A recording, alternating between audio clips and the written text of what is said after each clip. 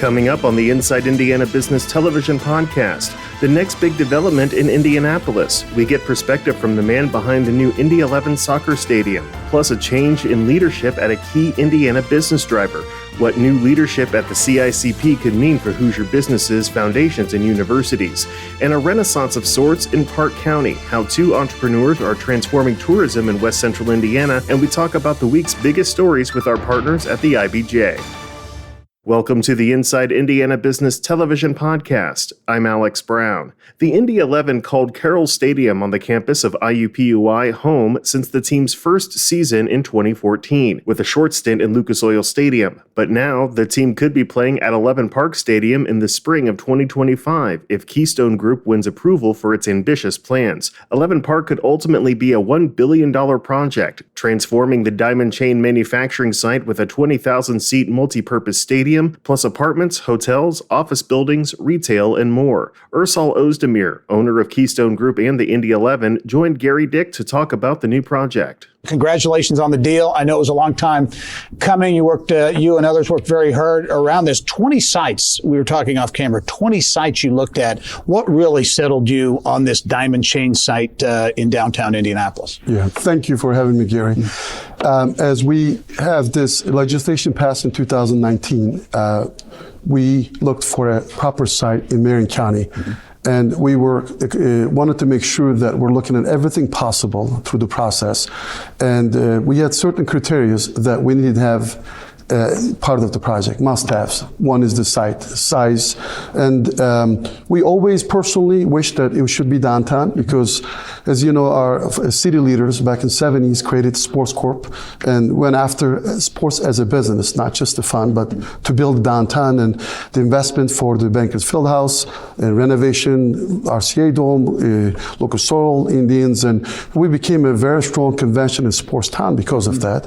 A lot of jobs created. So we thought it would be great to continue build on that momentum to do that. And there aren't a lot of cities in the country that has 3 sports venues that close to plus the convention center, and adding a multi-purpose soccer venue would have been amazing if we could find the site, because it's a large site, it's hard to do that. So through the whole discussions, we lowered the 3 sites, and this became the front runner when it became available recently. Yeah. I want to talk to you about the project, which obviously it's a stadium, but a lot more than that. And I talked with Cushman & Wakefield's Bill French this week about this project as a multi-purpose project, and got his take on what he thinks it can become. It is ambitious, but it's the right place at the right time. Being so close to the convention center, Lucas Oil, Elanco, Victory Field, it's just the right place for development going forward. Well, it's going to capitalize on the convention trade. It's going to capitalize on the sports dollars, things that are coming into Lucas and Victory Field. And then also it's going to connect the downtown business environment as things grow across the river with Elanco. I just see more and more people coming into that area for work, live, and play. Ersal, you talk about that connectivity and what Indianapolis has built, and it would seem to me, as Bill French suggests there with Elanco and White River State Park, the other stadiums, that this can be a transformational project for that area. Yes, I think that was what was really what made this the winner site, is that we in 2019 we went out, we said this is 11 Park, transformational neighborhood development, and we had apartments, retail, office, and stadium to do that, and we got lucky. I mean, sites like that doesn't really come that often. This facility has been there in different versions, different for over 100 years. And really, Elanco coming in, a global company. I mean, to move a Fortune 1000 company to headquarters in Indianapolis is a once-in-a-lifetime generation.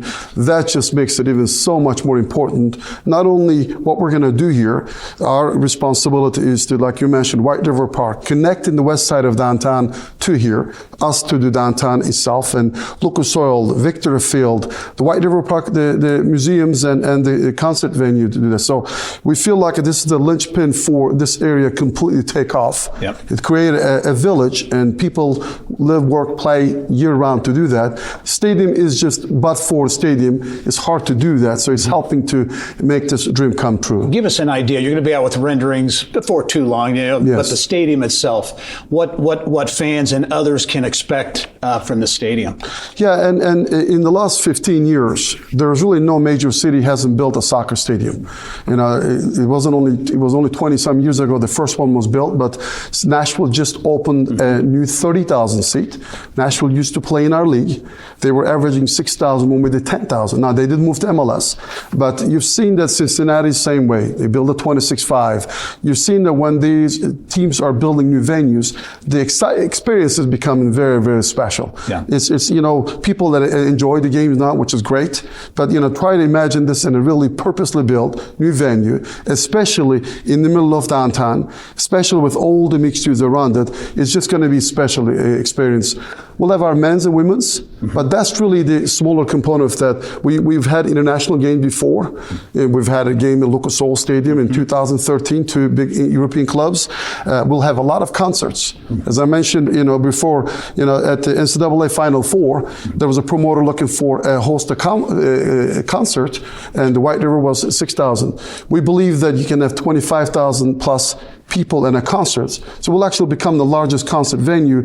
I'm not saying we're going to make it a concert venue, but having another venue downtown that you can host large concerts, high school games, NCAA games, being ancillary to other events that we have at the NFL, Lucas Oil and baseball to do this. So we'll host some events. We'll also support other events the city hosts or the convention center hosts to make sure that people are visiting Indianapolis having a great place to go.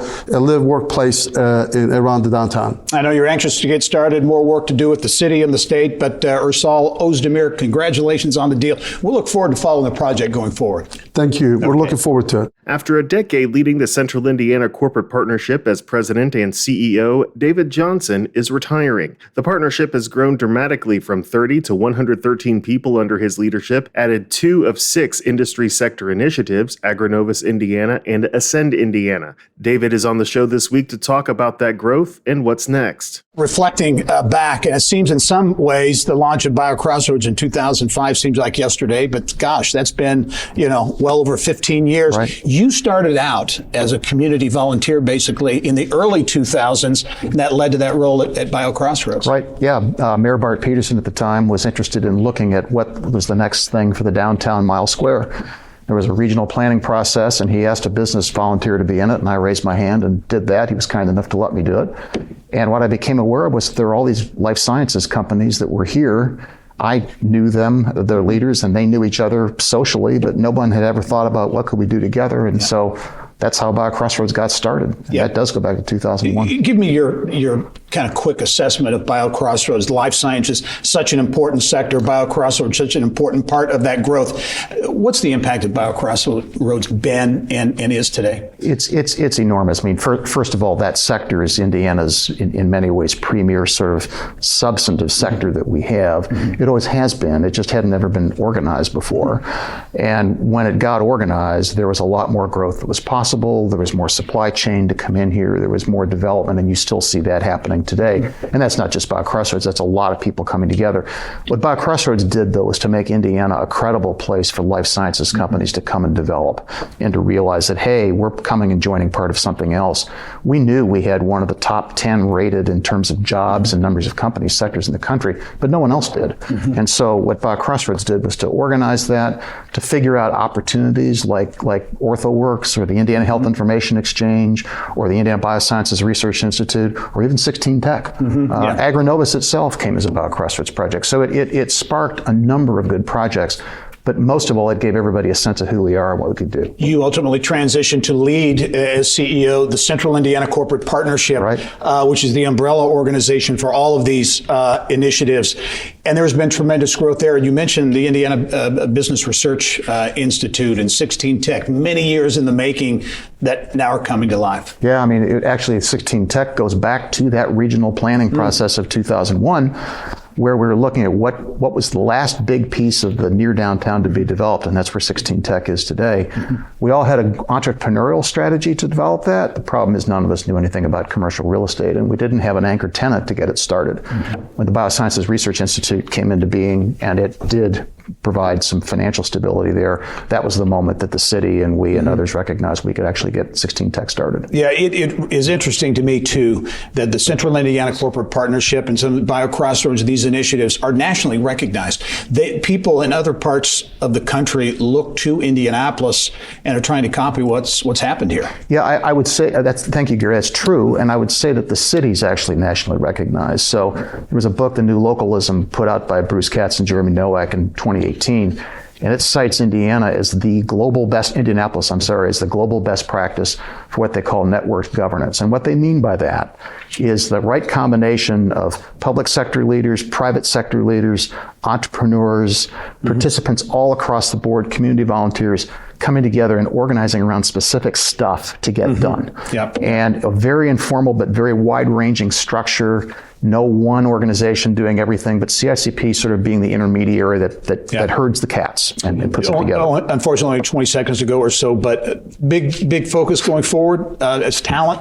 Right at the top there? Talent will always be right there. Technology, digital adoption is right at the top of the list. A number of things you're going to see on that.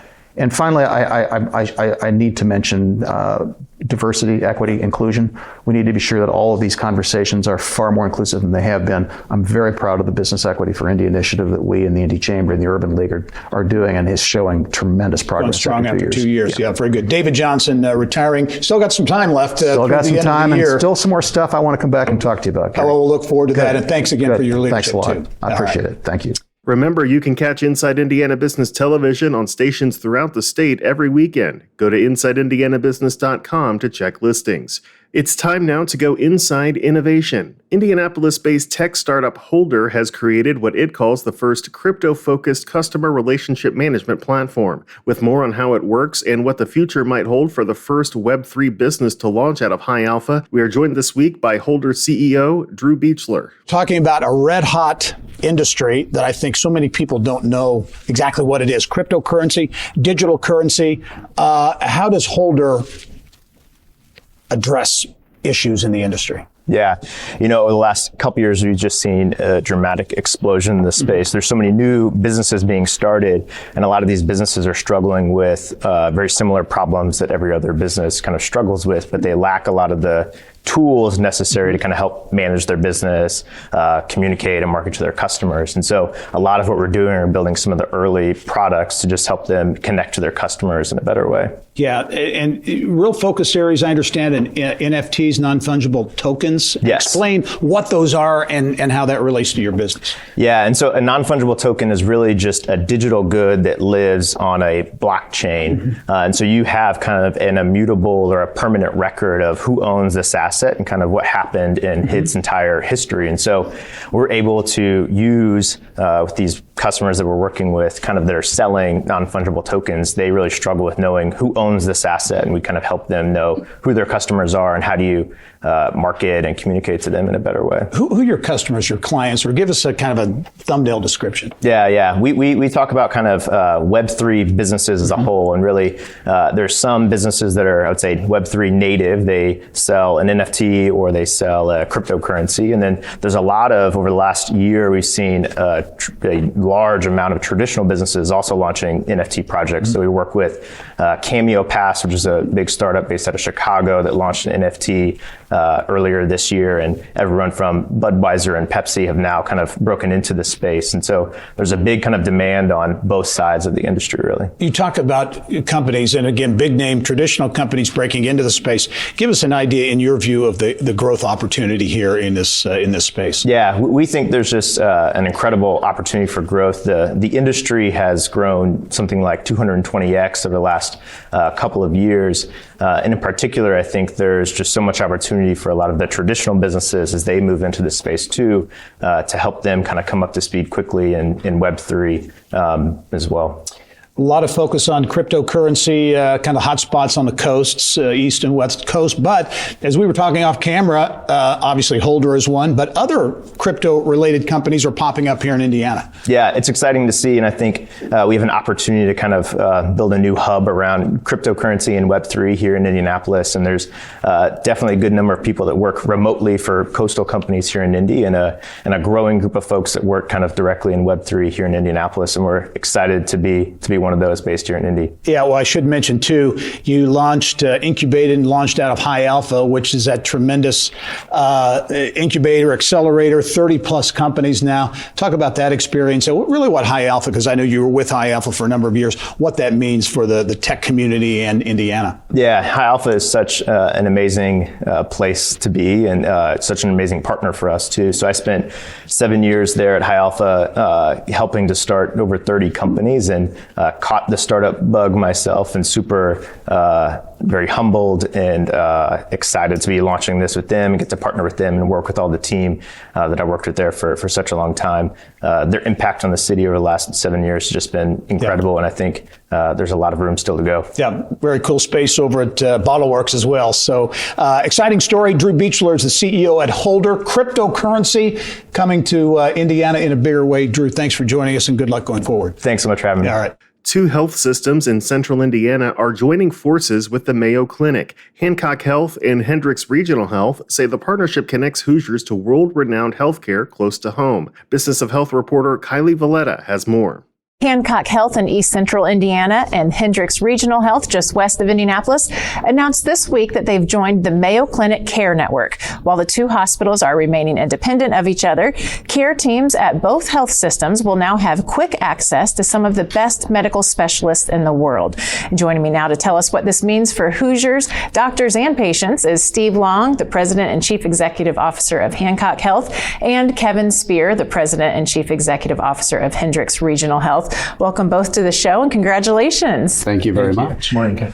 Kevin, let's start with you. What does this mean at the end of the day for doctors at both of your health systems? Well, for both health systems, we have physicians who practice locally and stand out nationally.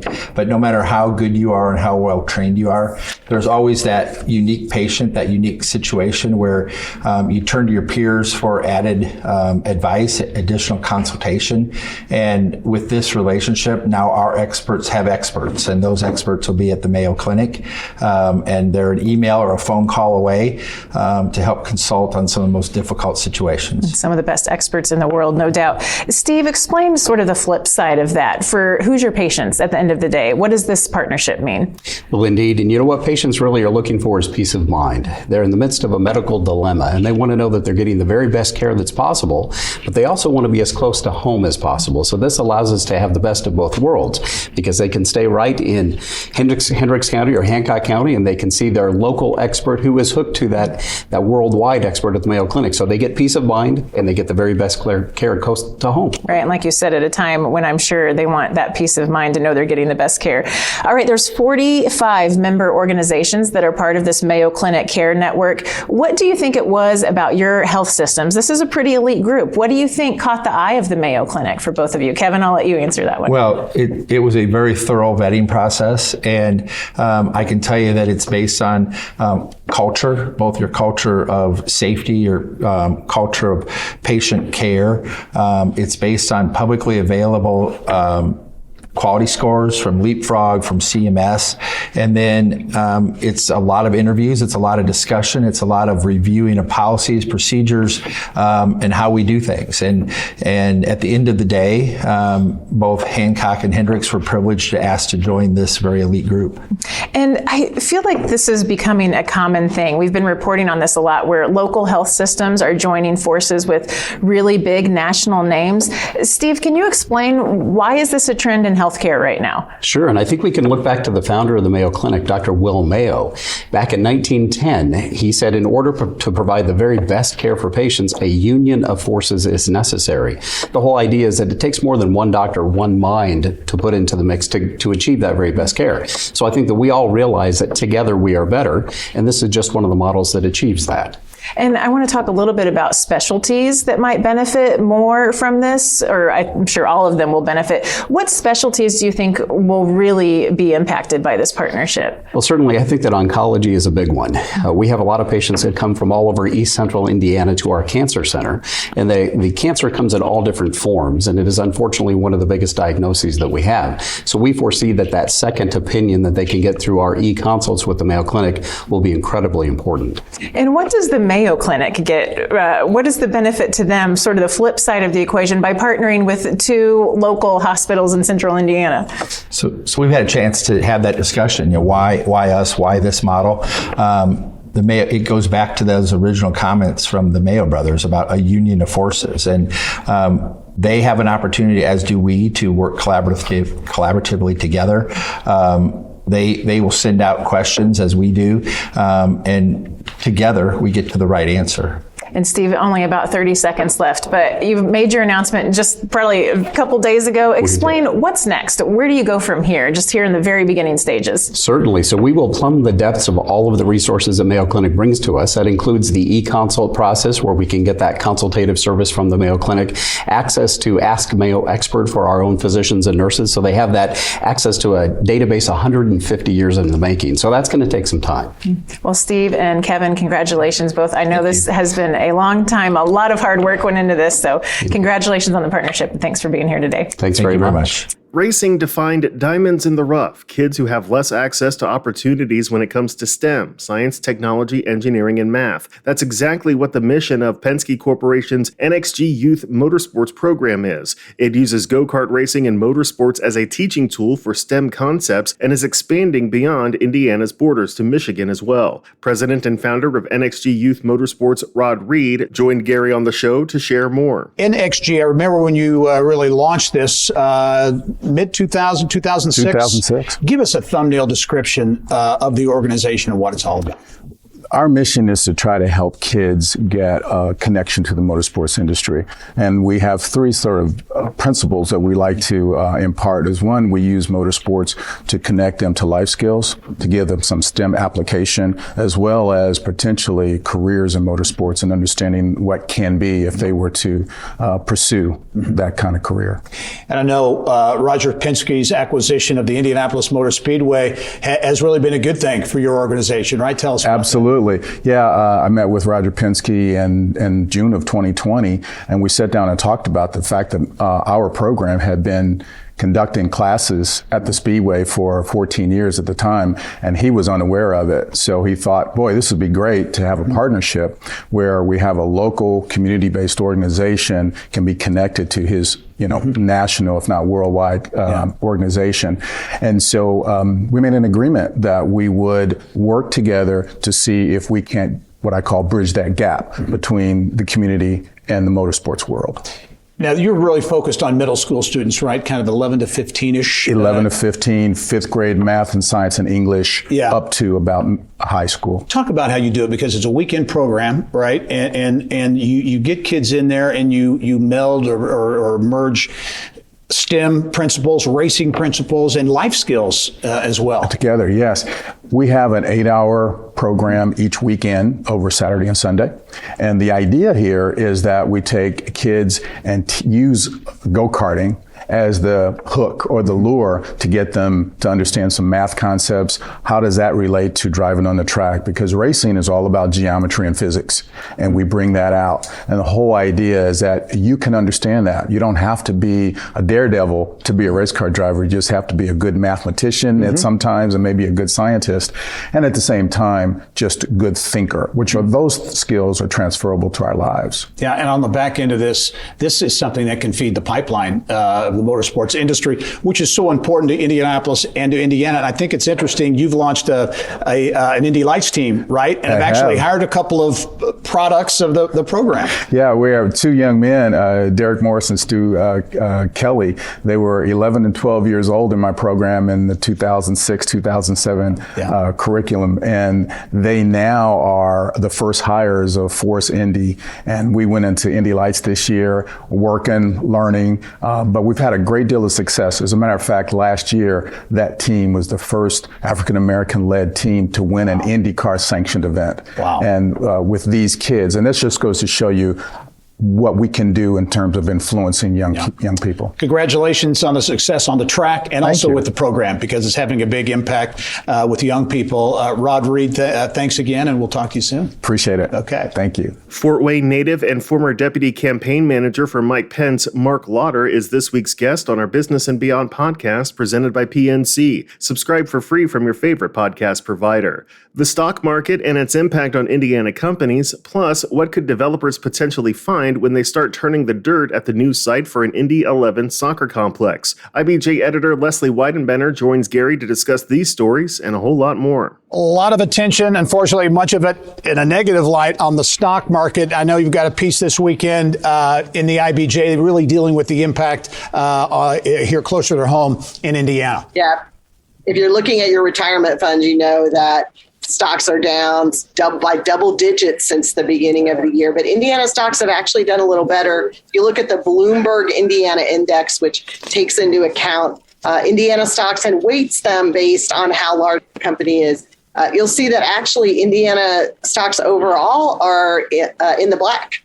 Not by much, but they are not down overall. Of course, that depends a lot on the individual stocks, but that's driven a lot by Eli Lilly and Company, where the stock price is way up, and also by companies like Steel Dynamics. Interesting. Okay. Interesting story you have this week, too. The secretive world of PBMs, pharmacy benefit managers.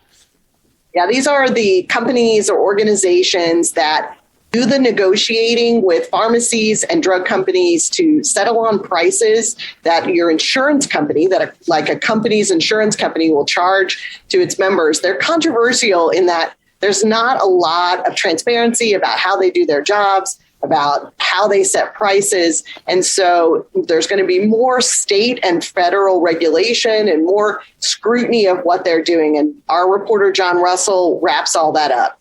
Complicated topic, but he's making it simpler. Very good. Hey, quickly, Diamond Chain, that property in downtown Indianapolis, getting a lot of attention as the site for the future 11 Park, the Indy 11 soccer stadium, and more. Could be some interesting developments as they begin to turn dirt there.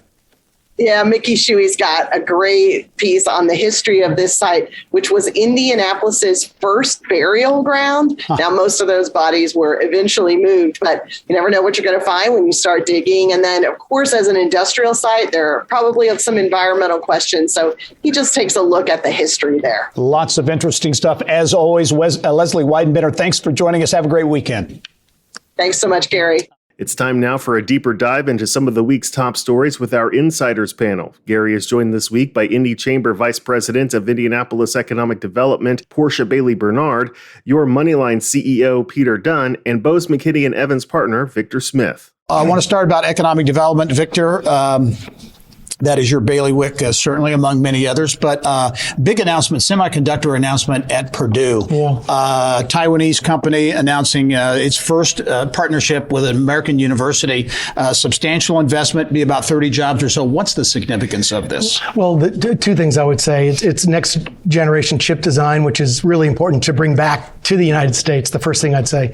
The second thing, I think it's a really good affirmation to Purdue and their recent decision for the degree programs in the semiconductor field. I think this is affirmation that the market wants that.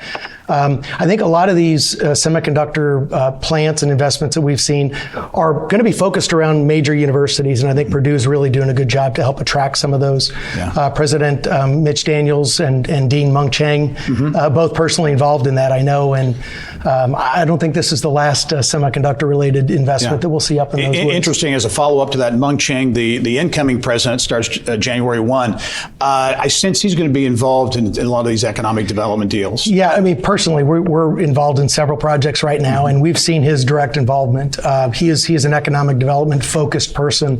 The kind of the practical approach of Purdue being a partner with business to solve problems, rather than just the pursuit of what an academic purpose. Yeah. A couple of big announcements this week regarding logistics and transportation. DHL announcing expanding its supply chain presence in central Indiana, 400 jobs at a Johnson County facility. Also, Jones Trucking announcing an investment in Delaware County near Muncie as well. Portia, as you look at especially the DHL announcement, a lot of jobs and presence, expanding presence. It's an important industry for the region. It's a very important industry for the region. When I'm out pitching to businesses and companies to relocate and expand in Indianapolis, this is something we tout for folks to want to be here. Transit is just so important. It presents educational opportunities, job opportunities, business attraction and investment in neighborhoods. And so it's definitely a key component to our economy. It's crazy to think on all areas of the city, the Circle City at least, you keep connecting to these other cities, up 69, up 65 in the last story, 70. And the Crossroads of America is just getting bigger and bigger and better for business. Yeah, literally the crossroads. Another connector, if you will, the recent announcement by Indy 11 of a new stadium in downtown Indianapolis, the Diamond Chain site, which is very close to Elanco's new corporate campus, White River State Park, other stadiums, Lucas Oil, Victory Field, etc. But connecting, that's been a big part of the Indianapolis success story, being very connected. This project, which is a stadium, but a lot more, residential, retail. Your thoughts on that, Pete? People are really excited about it. Now, I'm the assistant coach of a 13-year-old girls soccer team, so I'm sort of an expert at this topic.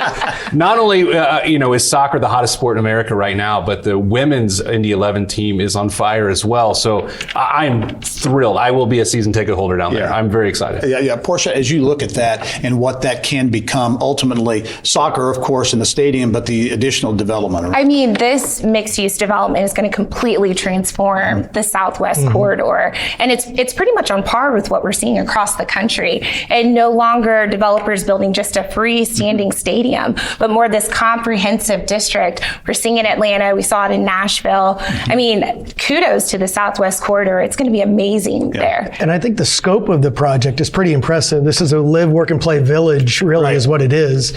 And talk about connectors. It's also connecting the new Elanco headquarters right across the river. It's going to be lighting up and igniting the White River State Park expansions, I think, along the river, and then with the Lucas Oil Stadium. So it's perfectly poised to be a good connector. And it's going to be interesting to see because it takes all partners. It's going to take the city, it's going to take the state, and it's going to take private sector, which we're really good at. Look forward to this project. Victor, as you look at this, everybody talks about talent. Do you see this project, and again, you mentioned Elanco, and what that area can become as being really a magnet for talent, whether it's for there or just Indianapolis in general, looking at that kind of development being something that's going to say, hey, for especially younger people, say, hey, I maybe want to live there. I think so. I mean, just you mentioned Elanco. There's going to be about 2,000 fairly young people down there on campus here, in the next couple of years. So I think it all plays well. I really do. Yeah.